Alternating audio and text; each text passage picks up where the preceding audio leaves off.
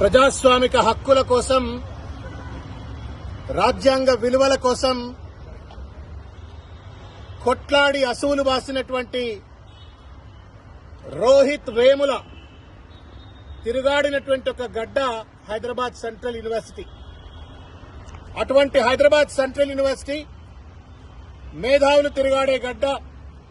అత్యధికంగా సమాజంలో చదువుకున్న వాళ్లు ఉండేటువంటి ఒక హైదరాబాద్ సెంట్రల్ యూనివర్సిటీని ఇవాళ రేవంత్ రెడ్డి రాజ్యంలో ఒక రాక్షస రియల్ ఎస్టేట్ దందాకు పాల్పడుతూ ఇవాళ 400 ఎకరాల భూమిని ఇవాళ రియాల్టర్లకు కట్టబెట్టేందుకోసం అని చెప్పని భవిష్యత్ భారతదేశ విద్యార్థులందరి నోళ్లలో మన్నుగొట్టే విధంగా ఇవాళ భూమిని లాక్కునే ప్రయత్నం చేస్తా ఉంటే, రోహిత్ వేముల స్ఫూర్తితో ఇవాళ భూమిని కాపాడుకోవడం కోసం చెప్పని ఇవాళ విద్యార్థులు పెద్ద ఎత్తున ఇవాళ ఉద్యమం చేస్తే, వాళ్లపైన రేవంత్ రెడ్డి పోలీసులు అత్యంత దుర్మార్గమైనటువంటి ఒక దాష్టికానికి పాల్పడి వాళ్లపైన దాడులకు పాల్పడ్డారు.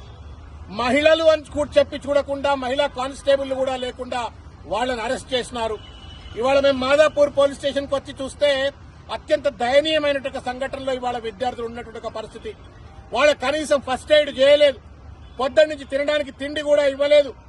వాళ్ళు చేసినటువంటి ఒక నేరం ఏందయ్యా అంటే, మా భూములు మాకు కావాలా అని చెప్పని వాళ్ళు ఈ విద్యార్థులకు చెందిన భూములు అప్పుడెప్పుడో 2300 ఎకరాల భూములు మా భవిష్యత్తు కోసం అని చెప్పించిండ్రు. మీ రియల్ ఎస్టేట్ దందా కోసం కాదు రేవంత్ రెడ్డి, మా భూములు మాకు కావాలా అంటే పోలీసుల పదగట్టాల కింద ఇవాళ ప్రజాస్వామిక హక్కును, విద్యార్థుల హక్కులను, విద్యార్థుల భవిష్యత్తును కాలరాసే విధంగా అరెస్ట్ చేసి వాళ్ళని ఇవాళ నానా హింసలకు పాల్పడే ఒక ప్రయత్నం చేస్తా ఉన్నారు.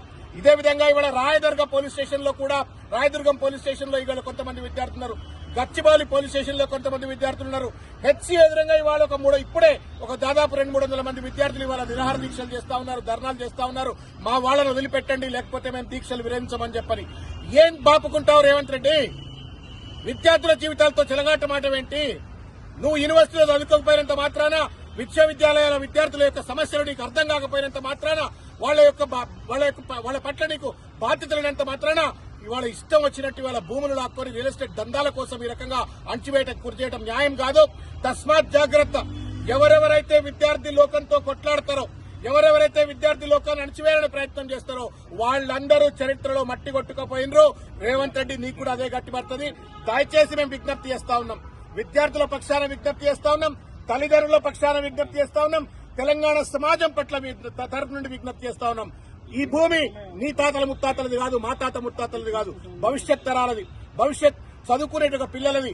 అక్కడ ఫ్లోరా ఉంది, ఫౌనా ఉంది, తర్వాత అద్భుతమైన అటవీ ప్రాంతం ఉన్నది, రేర్ స్పీసెస్ ఉన్నాయి, రాళ్లు ఉన్నాయి, రప్పలున్నాయి. వీటన్నిటినీ కాదని పర్యావరణాన్ని విధ్వంసం చేసే విధంగా భూములను రియల్ ఎస్టేట్ దందాల కోసం నువ్వు పాల్పడతా ఉంటే చూస్తూ ఊరుకునే పరిస్థితి లేదు. మేము వెంటనే పోలీసు వారికి కూడా విజ్ఞప్తి చేస్తా ఉన్నాం, చేతులెత్తి నమస్కారం చేసి. ఆ పిల్లలంతా పోస్ట్ గ్రాడ్యుయేట్ స్టూడెంట్లు, ఎంఫిల్, పీహెచ్డీలు చదువుకున్నటువంటి వాళ్లు, దేశంలో నలుమూల ప్రాంతాల నుంచి వచ్చినటువంటి వాళ్లు, అంతంత హై క్వాలిఫైడ్ విద్యార్థులను పోలీస్ స్టేషన్ లో కింద కూర్చోబెట్టడము, వాళ్ల పట్ల దాష్టికంగా వ్యవహరించడము న్యాయం కాదు. వెంటనే వారిని వదిలిపెట్టండి. వాళ్ల హక్కు న్యాయబద్దమైనటువంటిది, రాజ్యాంగబద్దమైనటువంటిది. కాబట్టి దయచేసి మీరు రేవంత్ రెడ్డి మాయలో పడి ప్రజాస్వామిక హక్కులను పోలీసు వాళ్లు కూడా కాలరాయొద్దు అని చెప్పని విజ్ఞప్తి చేస్తా ఉన్నాం.